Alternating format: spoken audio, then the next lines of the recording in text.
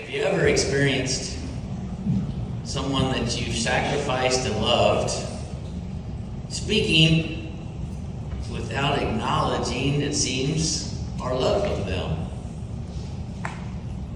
Children come to mind. I'll never forget, I was with my older brother, his two children, and my parents. We were at my parents' house, and my brother was speaking rather proudly about how he worked himself through college. And he was telling my nephews, his two sons, who were in their teenage years, he was preparing them, I think, and trying to give them a good lesson that they would have to work hard for their grades.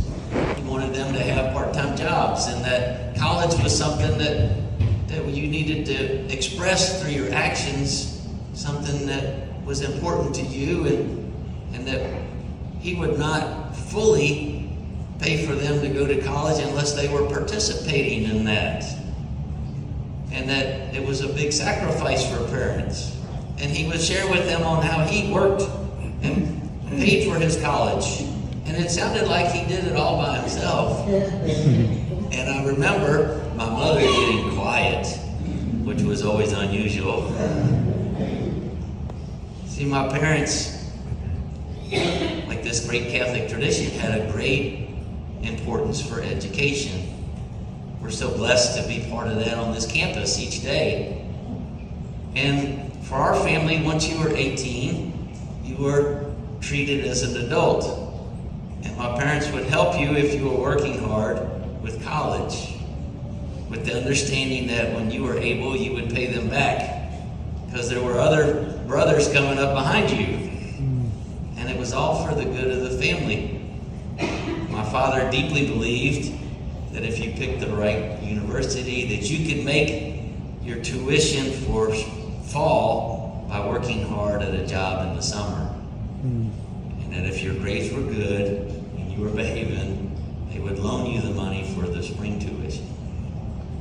But that when you graduated, that you repaid that. Neither one of my parents ever got through college or high school. It was a big expense and a sacrifice just for them to do that. And I don't fault them for wanting us to repay it at all. It made us stewards. I'll never forget my first job right out of college. My first salary was more than my father had ever made in a year. And my father worked hard. So I knew the injustice of what financial gains in education brings. And all that sacrifice that they did seemed very, very monumental at the time. My brother indeed had worked hard to go through college, and after college had paid them back, but he overlooked now the sacrifice that they did by loaning him that money. And just because he paid it back, that didn't wipe out that sacrifice and love. My mother quietly listened, let him finish, and sent the two nephews outside. And then she said, you know, your father and I never had two cars until you four boys were finished college. If I needed the car, I had to drive your father to work. Each summer when you worked, you took the car, because I got up early and took your dad to work. And yes, we had you pay back what we loaned you, but never think that our love was not sacrificial. Today, this gospel is about us reminding ourselves that all love comes at a cost. That the people who love us should always be acknowledged and thanked for that. That none of us have gotten where we are without the sacrifice and care and concern of others. And even if we've had it hard and we worked hard in it, participating, there's nothing that got us where we are without the free gift that people gave us. And why is that? Because God created this world for us to love each other.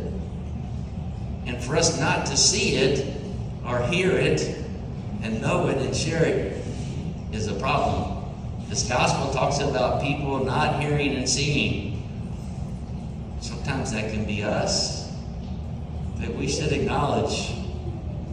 Yesterday afternoon, I went over to the columbarium at St. Rayfield's to visit Monsignor Sherba, who's there in a niche. I was once again there all by myself. We grew up with that thing that you checked in at a cemetery because the people there helped us. There should be still this thankfulness.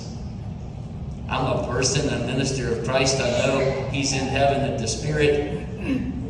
He's not completely there in a urn, but at the same time, because we have been loved, because people have sacrificed with us, we should still continue in that loving way, sacrifice for them. We should be inconvenienced and drive to a cemetery and see our loved ones.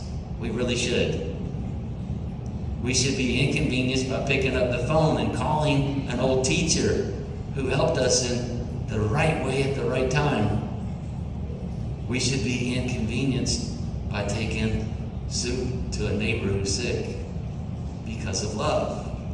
And we should never forget that we wouldn't be where we are without that mystery of people that have helped us at just the right time in our life and just the right instance. I'm a big fan too, after you've had or any of us, a procedure at the doctor's, or to return to them and let them know that we're all right, that they're still concerned about us, that we drop off cookies. Monsignor Sherba taught me so many great things. Every time he was in the hospital that 8 years, he would call and say, okay, today's the pizza party for the nurses on floor 5. I said, that's a lot of pizza. But to be thankful for what God's love of us. Moses is really in a fix today because the people don't see how far they've come and who got them there. We, on our human nature, have to be really careful of owning our own accomplishments and who we are, because the truth is, it all came from the community of believers, of people of goodwill and good hearts and of love. And even our parents who are not perfect, none of them perfect, we have to acknowledge what they did and sacrifice for us. So today, this Thursday, this memorial of Saint Charbel, the great Maronite saint from Lebanon, let us be thankful and reach out and let someone know that their sacrifice for us has meaning, because it's a sign of their own connection to God and of love.